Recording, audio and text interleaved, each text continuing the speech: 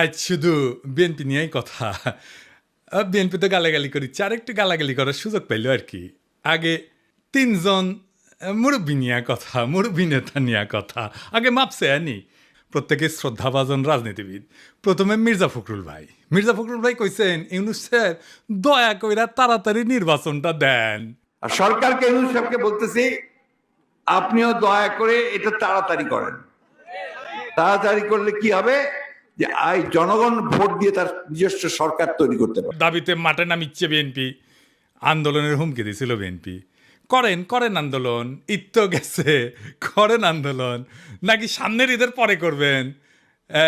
এই হুঙ্কার আবার ইন্ডিয়ান পত্রিকায় আসে, দেখেন দেখি যাও ইন্ডিয়ান পত্রিকায় কি হেডিং দিছে।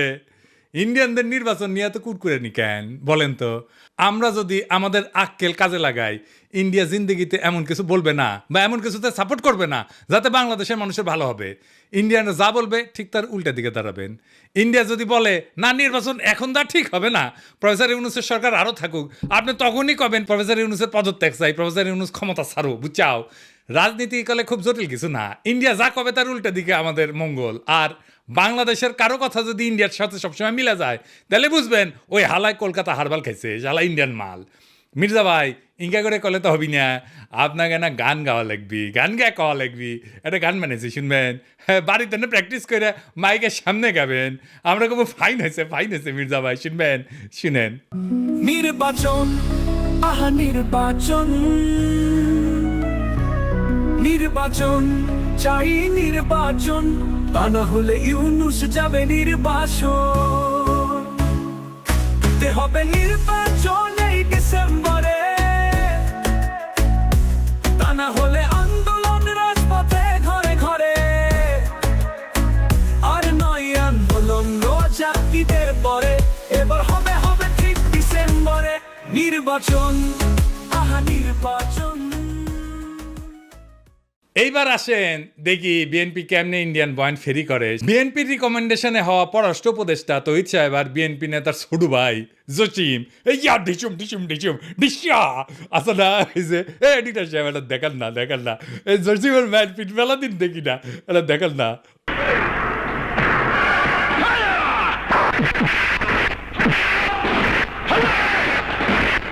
আর দেখি যাও, দেখি যাও ক্যাঙ্কা হিরোইনছি এই জসিম কইল যে 1971-এর জন্য পাকিস্তানে ক্ষমা চাইতে হবে।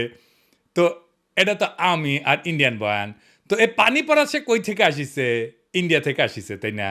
সে একই পানি পড়া মির্জা ফখরুল সাহেব পাইছেন, দেখেন উনি কি বলেন। পাকিস্তান সেনাবাহিনী সেই হত্যাযজ্ঞ করেছিল, তার জন্য আজ পর্যন্ত কিন্তু ক্ষমা চায় নাই।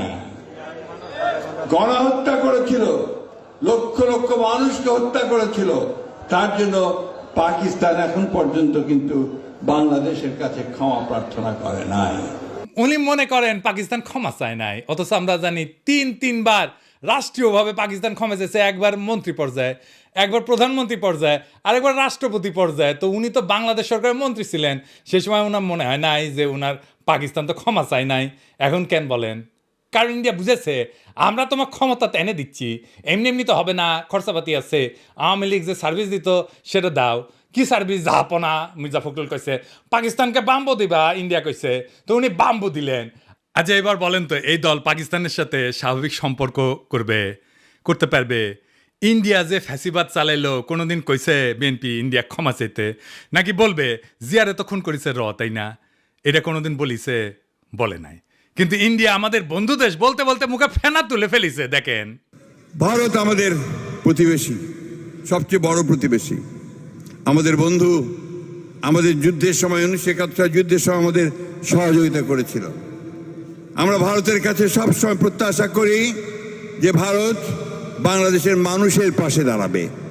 যাই হোক মির্জা ভাই, আপনি তো বলেন মুক্তিযুদ্ধ করেছেন, এটি সেই সময়ের গল্প শুনবার চাই। মানে কোটি কোটি যুদ্ধ করেছেন, কোটি ট্রেনিং নিছেন, কারা কারা আপনার সহযোদ্ধা ছিল, কবে অস্ত্র জমা দিলেন, কি অস্ত্র ব্যবহার করেছেন। মানে হাউস আছে কেন পাকিস্তানের উপরে যেমন বিলা, আপনি তো মনে লয় যে সখানিক পাকিস্তানি আমি জয় বাংলা করেছেন, না গল্প করবেন, হাউস আছে আমার কলে।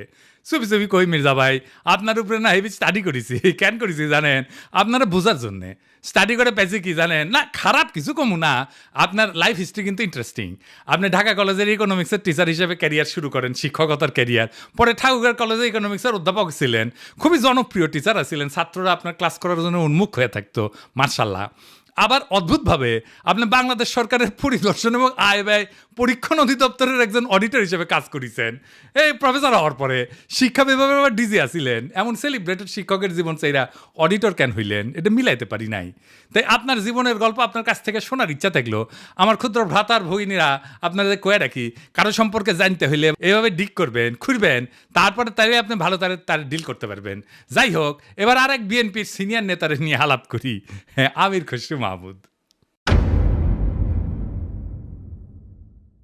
যে সরকার জনগণের ভোটে নির্বাচিত হবে তারা জনগণের কাছে দায়বদ্ধ থাকবে জবাবদিহি থাকবে সেটা যেই সরকারই হোক কোনো মহামানবকে বাংলাদেশের দায়িত্ব দেওয়ার জন্য বাংলাদেশের মানুষ নির্বাচনে এই বাংলাদেশের মানুষ আন্দোলন সংগ্রাম করে নাই ত্যাগ স্বীকার করে নাই আর কোনো মহামানব কোনো দেশের গণতন্ত্রের সমাধান দেবে তার জন্য বাংলাদেশের জনগণকে অপেক্ষা করতে হবে এটা বিশ্বাস করার কোনো কারণ নেই আমির খসরু ভাই উনি কইছে নির্বাচিত সরকার জবাবদিহি করবে জনগণের কাছে কোন মহামানবকে ক্ষমতায় বসানোর জন্য বাংলাদেশের মানুষ আন্দোলন সংগ্রাম করে নাই ত্যাগ স্বীকার করে নাই উনি ত্যাগ স্বীকার করেছেন ওটা ত্যাগ স্বীকারটা এটা দেখে আসেন হ্যাঁ আমির খসরু ভাই আপনি তো ডিসেন্ট মানুষ আশা করি আপনি ক্ষমতায় গেলে তো বটেই ক্ষমতায় যাওয়ার আগেও জবাবদিহিতা করবেন তাই না আচ্ছা আমির খসরু ভাই এই যে হোটেল সেরিনা আপনার ছিল তো না এখন আপনি কইবেন যে আমি মালিকানা ছেড়ে দিছি কথা সত্য মানলাম আপনি মালিকানা ছেড়ে দিচ্ছেন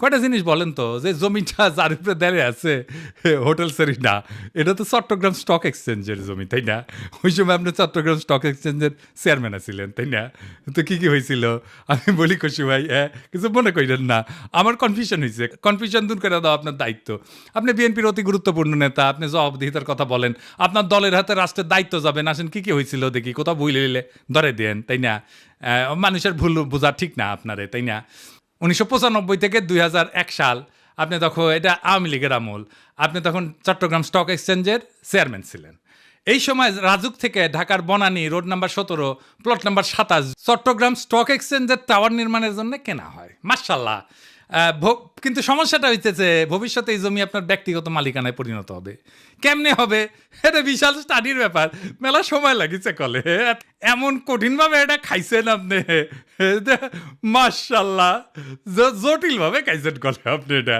আপনার আমার স্যালুট জানানো লাগে যদি এরকম জমি জমার লোপটোপ থাকলে হইনি না আমি গেল আপনার ছাত্র হইলাম নি কি চমৎকারভাবে যে আপনি খাইছেন এটা তো জমিটা পাইছেন রেজিস্ট্রেশন হয়নি এখনো রাজুক থেকে তো 25 সেপ্টেম্বর 1999 সালে 74তম বোর্ড মিটিংয়ে চট্টগ্রাম স্টক এক্সচেঞ্জে সিদ্ধান্ত হয় যে প্লটটা ডেভেলপারকে দেবেন ডেভেলপারটা ঠিক করে ফেলেন আপনার নাম হচ্ছে গোলাম সারোয়ার মুশকিলটা হইতেছে উনি আপনার ভগ্নিপতি তখন প্লটের রেজিস্ট্রেশনই হয় না রেজিস্ট্রেশন হওয়ার আগে আইনত আপনি ডেভেলপার নিয়োগ দিতেই পারেন না আপনি ডেভেলপারকে নিয়োগ দেন ওই মিটিংয়েই এটা একটা প্রক্রিয়ার লঙ্ঘন কারণ এটা তো আপনার ব্যক্তিগত প্রতিষ্ঠান না 19 জানুয়ারি 2000 সালে রাজুকের সাথে রেজিস্ট্রেশন হয় আপনার চট্টগ্রাম স্টক এক্সচেঞ্জের আপনার চেয়ারম্যান থেকে নিজের ভগ্নিপতিকে ডেভেলপারের দায়িত্ব দিতে পারেন হ্যাঁ আপনি মুরব্বী মানুষ জিজ্ঞেস করলাম আর কি মানে ধরেন আমি যদি কখনো চট্টগ্রাম স্টক এক্সচেঞ্জের চেয়ারম্যান হই আমি কি আমার ভগ্নিপতির স্টক এক্সচেঞ্জের জমিতে বিল্ডিং বানানোর জন্য ডেভেলপার হিসেবে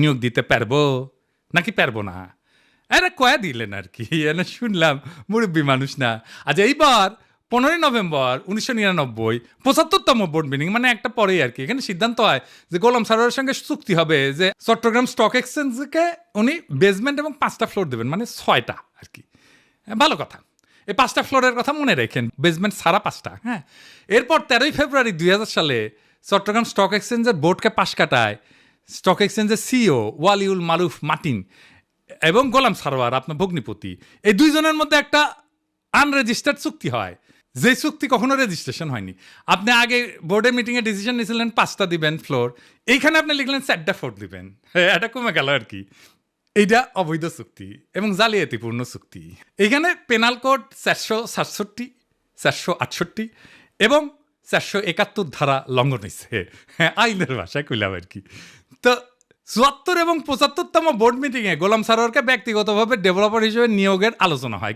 কিন্তু সিইও যে সিগনেচারটা করলো না যে 4টা মিটিংয়ে, ওইখানে হোটেল সারেনার মালিক হিসাবে তার সাথে এগ্রিমেন্টটা হইল। সারেনাকে তখন হয়নি যখন আপনি বোর্ড মিটিং করেছেন, বুঝছাও?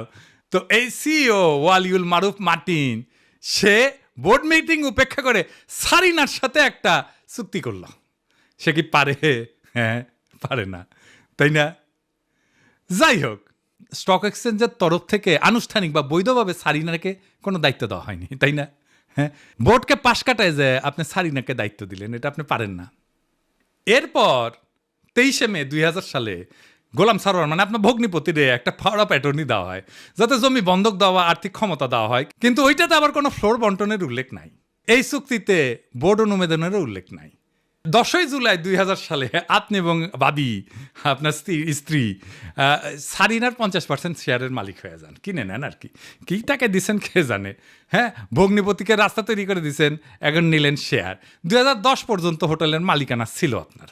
এইভাবে প্রাতিষ্ঠানিক সম্পদকে পারিবারিক ব্যবসায় রূপান্তর করে ফেললেন।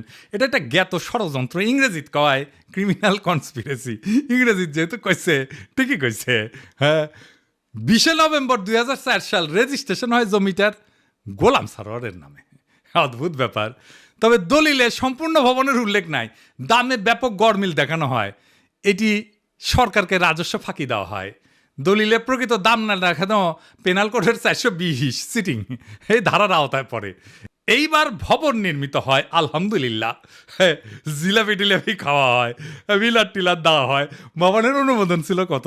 15 তলার। আপনি ভবনটা বানাইছেন কত? 20 তলা, 5 তলা এক্সট্রা, 12 হাত কাকুরের 13 হাত বেশি দেখেছি না, সেরকম 15 তলা অনুমোদিত বিল্ডিংয়ের 20 তলা হয়ে যাওয়া দেখলাম আমরা। এটা রাজুকের নিয়ম ভঙ্গ কইরা অবৈধ নির্মাণ, নগর উন্নয়ন আইনের গুরুতর লঙ্ঘন। আর চট্টগ্রাম স্টক এক্সচেঞ্জকে 4টা ফ্লোর পরে এটা কমায় 4টা করা হয়েছিল না, সেটা আসলে যে অতিরিক্ত ফ্লোর বানায় দুটো থেকে দেওয়া হয়েছে। মানে মাছের তেলে মাছ ভাজিছেন, পুরা বিল্ডিং আর জমিন মালিক হয়ে গেছে আমির খুরশিদ মাহমুদের পরিবার। বুঝিছাও? মজার এই দারুণ চালাকি কইরা এমন একটা জায়গায় আপনি সম্পদ বানাইলেন, কি ফাইন সিস্টেম কইরা। আচ্ছা, খালেদা জিয়া এতিমখানার টাকা সরান নাই, টাকা ব্যাংকে ছিল, কিন্তু উনি নাকি নিয়ম মানেন নাই, তাই উনারে জেলে নিল হাসিনা। আপনার নামে কেন কোনো মামলা হইল না? আপনি তো বলেন আপনার মালিকানা নাই। মালিকানা ছিল তো ওই সময়, এক সময়, তাই না? ওই মালিকানার কি আপনি নিতে পারেন? আপনি ডিউ ডিলিজেন্স করেছিলেন, করেন নাই। আপনি জানতেন না 15 তলার পারমিশন নিয়ে 20 তলা বানানো হয়েছে? হ্যাঁ, তাও তো শেয়ার কিনেছেন। আপনার তো ডিউ ডিলিজেন্সই ধরা পড়ে যাওয়ার কথা। এই সারিনাতেই তো আপনি আবার ফার্মের বাসায় দান্দিক বোকাচোদাদের নিয়ে মিটিং করেন, কমিউনিস্টদের নিয়ে। ইনভেস্টমেন্ট সামিটের টাইমেও মিটিং করেছিলেন।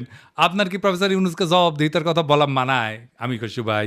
হ্যাঁ, আগে দেখতাম মানুষ রাজনীতি করতে এসে গরিব হয়, বাংলাদেশে দেখতেছিস খালি সবাই বড় লোক হয়, বড় লোক হয়, বড় লোক হয়, টেকায় খালি টেকা। আমির খুশি ভাই, এটাই সমস্যা। কি সমস্যা হচ্ছে? টেকা কামানোর জন্য রাজনীতি যদি কেউ করে, তার মাথার তো খালি টেকা আর ধান্দা ঘুরবি। রাষ্ট্র তো একটা হিউজ রিসোর্স, তাই না? ওই রিসোর্সের মালিকানা নেওয়াটাই কি রাজনীতি? আপনি তো রিক্সাওয়ালা, ঠেলাওয়ালা, গার্মেন্টস শ্রমিক, বাস শ্রমিক, কৃষক, ক্ষেতমজুর, ক্ষুদ্র ব্যবসায়ীর কথা ভাবতে পারবেন না। দল মূর্খ সদাদের পাইবেন, আইসা গালাগালি করবে। শীর্ষ নেতারা মেদিনীপুরের ভাষায় কথা বলবে, আর মূর্খ সদাদের আইসা আমার মালওয়ান করবে, গালি দিবে। সব আর্কাইভ করা আছে। ইলেকশনের আগে গালির কোলাস কইরা কোন নেতার সাথে ওই মূর্খ সদা ছবি তুলিছে, সেগুলো দিয়ে এপিসোড বানাবনি। মিলিয়ন মিলিয়ন দেখে দেখবি, ফ্রি ক্যাম্পেইনে করে দিব। আমি কিছু ভাই, আমি তো আমার শেষ হয়নি কথা। এটা কেস স্টাডি লিখেছি আপনার সারিনা কেলেঙ্কারি নিয়া।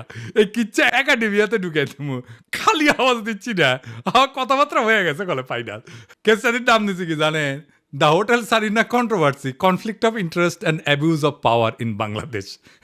এটা মেলা জায়গাত পড়ানো হবি, এটা কর্পোরেট গভর্নেন্সে পড়ানো হবি, কনফ্লিক্ট অফ ইন্টারেস্টে পড়ানো হবি, ম্যানেজমেন্টে পড়ানো হবি, পলিটিক্যাল সায়েন্সে পড়ানো হবি।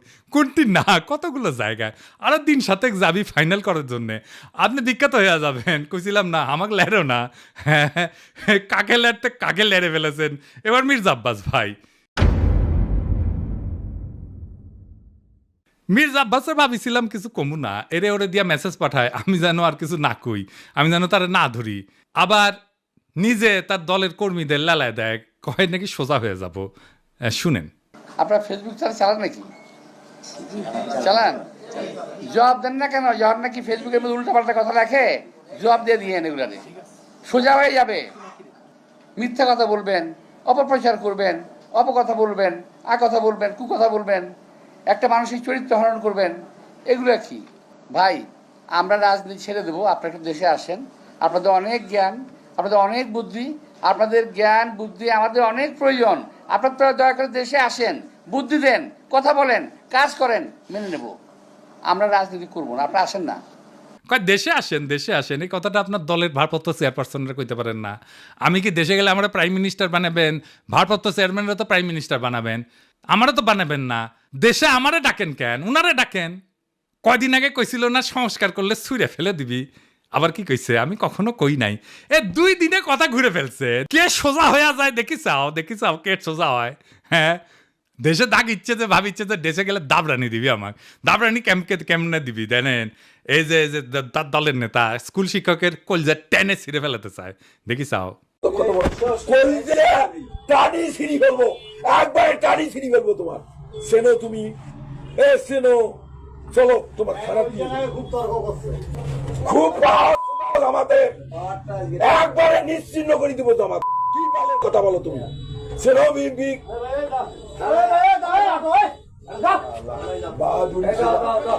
তোমার নামে আমি মামলা দেবো। কবিলক্ষণ দাও। কি ফোন দেবো? ও দাও, আমি ওর থানা যায়া আমি ওখানে ইজাহার লিখবো, লিখি ওকে অ্যারেস্ট করে দিয়ে তারপর আমি আসবো। কুড়িগ্রামে কি কয়, ক্ষমতা না আসতেই এই শুরু করেছেন। ক্ষমতা গেলে কি করবেন এটা পাবলিক জানে। আপনাদের তো উন্নতি হইতেছে না, ক্রমাগত অবনতি হইতেছে। দুঃশাসন শুরু করলে আবার লড়াই শুরু করবো। দেশের মানুষকে তো আর অরক্ষিত রাখা যায় না। মির্জা আব্বাস ভাই, আমি সোজাই আছি, কিন্তু আপনারা একেবারে ফ্ল্যাট করে দেবো, একেবারে হুতায় দেবো, উঠবার পারবেন না। এই বুড়া বয়সে আপনি কল্পনা করতে পারতেছেন না আপনারা আমি কোন দিক দিয়ে ধরবো। মিশা কথা আমি কইছি, কোন কথাটা মিশা কইছি কইবেন? হ্যাঁ, কোন সেক্টরে মুক্তিযুদ্ধ করেছেন, কার সাথে যুদ্ধ করেছেন? আমি নানাভাবে ক্রস চেক করিয়া কইছি আপনি বালের মুক্তিযুদ্ধ করেছেন, মুক্তিযুদ্ধের নামে মিথ্যাচার করেছেন। দিন বদলাইছে মির্জা আব্বাস ভাই, শেরের উপরে শোয়াশের আছে। শোনেন মির্জা আব্বাস ভাই, মানুষের 3টা জিনিস ডরায়, এই ডর দেখায় মানুষের শাসন করছেন এতদিন। জানের ভয়, সম্মান হারানোর ভয়, আর সম্পদ হারানোর ভয়। আমার জানের ভয় নাই, সম্মান হারানোর ভয় না, আমার সম্মানই নাই। হ্যাঁ, আপনি কি নিবেন? আর সম্পদ এটাই, এই যে এটা কেড়ে নিতে পারবে না কেউ। আপনার লেসপেন্সারদের পিছে লেগে দিতে পারেন, বালটাও শিখতে পারবেন না। বাংলাদেশের পলিটিশিয়ানরা দুধে দেওয়া তুলসী পাতা না, সব বিগ শটের আমল নামা বাইর করবো টাই না। এইভাবে এই দুর্নীতি আর দুর্বৃত্তায়নের খাজে খাজে বাংলাদেশের রাজনীতি আজকাল এক অলিক নাট্যশালায় পরিণত হয়েছে, যেখানে দাবি দেওয়া আর আচরণ দুইটা ভিন্ন গ্রহে বাস করে। এখানে কেউ মুক্তিযোদ্ধা হয়েও যুদ্ধের ইতিহাস বিকৃত করে, আবার জনগণের শাসনের বুলি আওড়ায় চতুরতায় জনগণের সম্পদকে ব্যক্তিগত সম্পত্তিতে রূপ দেয়। আজ যারা ক্ষমতার বাইরে তারা জবাবদিহিতার গান গায়, কাল যখন তারা ক্ষমতায় তখন জবাবদিহিতার ঊর্ধ্বে ওঠায় হয় তাদের অভিষ্ট। রাজনীতি আজ জনগণের না, নিজের ভাগ্য বদলানোর জাদুর কাঠি। আজ যে দল ইন্ডিয়া বিরোধী স্লোগানে জ্বলে ওঠে, তার বয়ানি আবার ভারতীয় লাইন টু লাইন কপি হয়ে ফিরে আসে ঢাকার রাজপথে। যারা বলেন আমরা নির্বাচিত সরকার চাই, তারাই আবার নির্বাচন আগে নয় পরে টাইপের গানের লিরিক গায়। কেন? হ্যাঁ, কারণ এবার মিউজিক ইন্ডিয়া বানাইছে। আর আপনি যদি জনগণের পক্ষ নিয়ে কথা বলেন, আপনাকে বলা হবে তুই কিসের দেশপ্রেমিক। অথচ প্রশ্ন করার সময় এখনই। জানতে চাই, আপনি যদি জবাব দিতে চান, নিজে কবে জনগণের সামনে দাঁড়ায় জবাব দিছেন? একবার বলেন, একবার দিচ্ছেন জবাব? জনগণের সামনে দাঁড়ায় জিন্দেগিতে দেন নাই, এখন জবাব দিতে চাইতেছেন আপনি প্রফেসর ইউনূসের কাছে। বাহ, মজা আরই মজা। আপনি যদি বলেন দুর্নীতি হবে না, আপনি নিজের জীবনে কোন অধ্যায় প্রমাণ করছেন? দেশের মানুষ সব বুঝে, বোকা না। এখন কেউ চোখ বন্ধ করে ভোট দেয় না। তারা জানে ঢাকা শহরের প্রত্যেকটা বিল্ডিং এর ছায়ায় লুকায় থাকে এক একটা রাজনৈতিক ষড়যন্ত্র, একটা দুর্নীতির ইতিহাস। এখন সময় আসছে গলা ছেড়ে বলার, এই দেশ কারো বাপের না, পারিবারিক ব্যবসা না। এদেশের জমি, গ্যাস, শিক্ষা, ভোট সবই জনগণের সম্পদ। আর এই সম্পদের হিসাব চাই, জবাব চাই, বাম ডান না, ন্যায় অন্যায়ের মাপকাঠিতে। কারণ আজ আপনারা রাষ্ট্র ক্ষমতা নেওয়ার কথা বলতেছেন, নির্বাচনের কথা বলতেছেন, আপনার বগলে পুরানা লুটের খতিয়ান। এই বাংলাদেশকে আমরা বদলাবো, বাংলাদেশকে আমরা আমাদের স্বপ্ন দিয়ে সাজাবো, আমাদের বর্ষা বিপ্লবের স্মৃতি দিয়ে ভরাবো। এই দেশ আপনাদের মতো নেতাদের না, এই দেশ প্রত্যেক জনতার, প্রত্যেক নাগরিকের। এই দেশের মালিক আমরাই আমজনতা। আমরা যাচাইব, জনতা যাচাইবে, দেশ সেভাবে চলবে। রাজনৈতিক দলের ইচ্ছার কাছে আমাদের ভাগ্যকে আমরা আর বন্ধক দেব না। ইনকিলাব জিন্দাবাদ।